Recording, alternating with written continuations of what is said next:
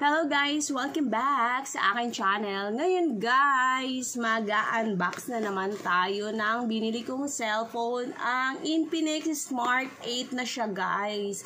Ang Infinix Smart 8 guys, ang price nito ngayon is 3,699 pesos. So kabibili ko lang siya actually kahapon. So i-unbox natin siya ngayon para malaman natin kung ano ang nilalaman nito.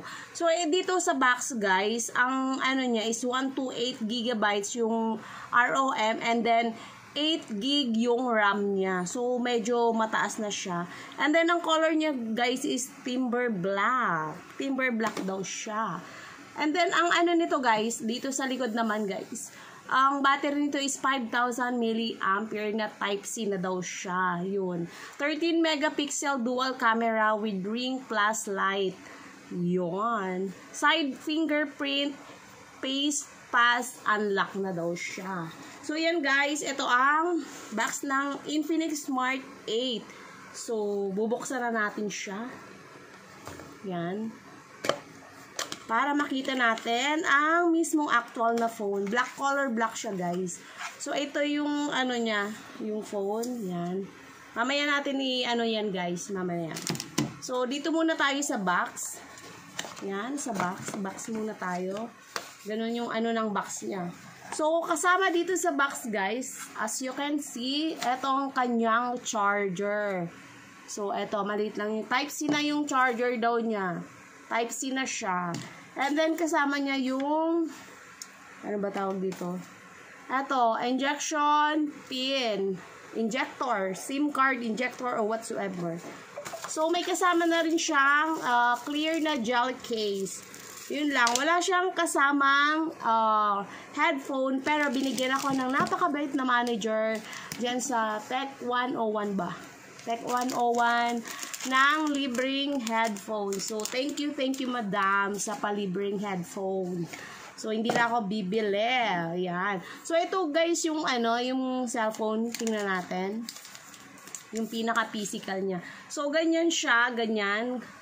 Ayan. Tapos, makita nyo yung likod. Ito yung parang tinatawag na parang ring light ata. So, AI camera 27 mF. Hindi ko alam kung ano ibig sabihin nun. Pero, ang ganda niya, ang ganda. Sobrang glossy. So, dito guys, eto. Hindi ko alam kung naka-on na. Ay, naka-on na siya. Naka-on na siya, naka-setup na. So, dito yung kanyang power button. Dito ang volume down, volume up. Nasa right side. And then, yung sa camera is nasa front dito. Tapos, dito naman sa kabila, guys, sa left side, nandyan yung lagayan ng SIM. So, dito sa baba, ito yung speaker, tawag dito, charging port. Ito yung saksakan ng charge pag nag-charge ka. And then, the headphone. So, bilog pa yung headphone niya. Hindi pa siya yung karamihang lumabas kasi before na cellphone is naka Type-C na rin ang kanyang headphone na kailangan ng ganun. So, eto guys, yung pinaka-physical niya, Smart 8. Murang-mura na to guys ha, kasi imagine mo yun, 128 gig yung RAM ay ROM niya, and then 8 gig ang RAM niya. So, sa mga gamer dyan, eto ang pinaka-lowest or pinaka-budget phone sa ngayon. So, ito yung pinaka-ano niya guys. May naka-build din ditong TikTok Lite. TikTok Lite daw. Facebook Lite.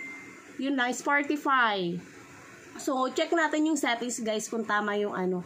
My phone. Tingnan natin. Pag click nyo yung my phone, nakikita nyo dun. Device name is Infinix Smart 8. Android 13 na daw siya. And then, ang front camera niya is 8 gig.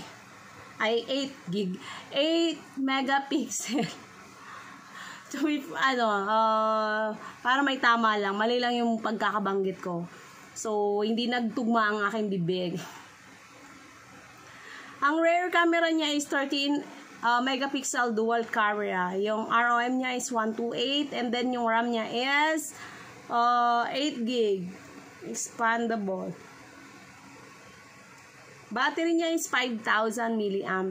Yun guys. Yun. Yun lang.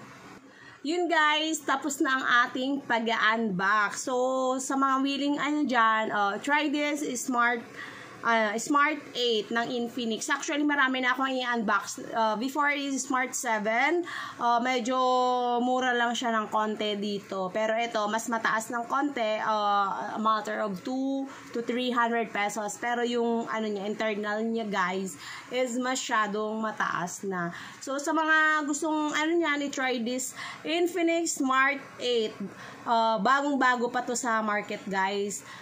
Kaya, try nyo na this. Try nyo na this. Actually, wala pa naman bumabalik sa akin ng mga biniling na brand ng Infinix actually, guys. So, ibig sabihin, maganda naman yung brand niya. At saka, very affordable. Yun lang, guys. Thank you for watching. Don't forget to follow, leave your comment, and share this video. And sa lahat ng social media account ko, guys. See you on my next vlog. Bye-bye!